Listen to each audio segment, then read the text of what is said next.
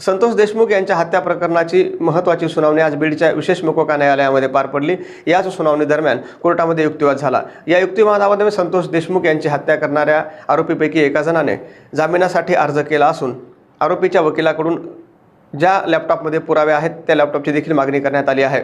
तर या संदर्भातली आता एक महत्त्वाची सुनावणी 21 मे रोजी पार पडणार असल्याचं वकिलांनी सांगितलंय। जेलमधून प्रति गुन्ह्याच्या वतीने एक न्यायालयाकडे अर्ज त्यांनी पाठवलेला आहे। तो अर्ज त्यातला मजकूर काय याची काय अजून आम्हाला ज्ञात झालेलं नाही। आरोपी क्रमांक 7 कडनं जामीनचा अर्ज दाखल करण्यात आलेला आहे। त्याच्यावर सरकार पक्षाचा म्हणणं न्यायालयाने मागवलेलं आहे। तिसरा मुद्दा, गेल्या वेळेस हा हार्ड डिस्क मधला पुरावा याबद्दल आम्ही आमचं म्हणणं लिखित स्वरूपात आयोगाच्या सहीने कोर्टापुढे मांडलेलं होतं आणि तो मुद्दा संपलेला होता। परंतु पुन्हा तो मुद्दा लॅपटॉप आम्हाला पाहिजे असा मुद्दा आरोपीच्या वतीने काढण्यात आला। त्याच्यावर सुनावणी करता पुढची तारीख पडलेली।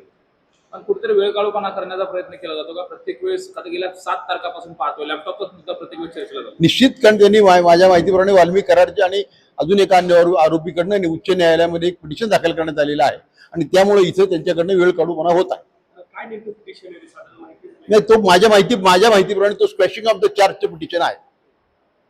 पुढील सुनावणी नेमकी कधी होणार आहे? आता तिथली सुनावणी कधी होणार ते काही कल्पना नाही। आपली या सुनावणी ही आजची सुनावणी आता कोर्टाने 21 तारीख दिलेली। आरोपीकडनं काही अर्ज देखील आला, त्या अर्ज नेमके कुठले आहेत? आरोपीच्याकडनं काही अर्ज नाही कुठला देण्यात आलेला। आरोपीच्या जामीनचा अर्ज फक्त आरोपी क्रमांक 7 कडनं आलेला आहे।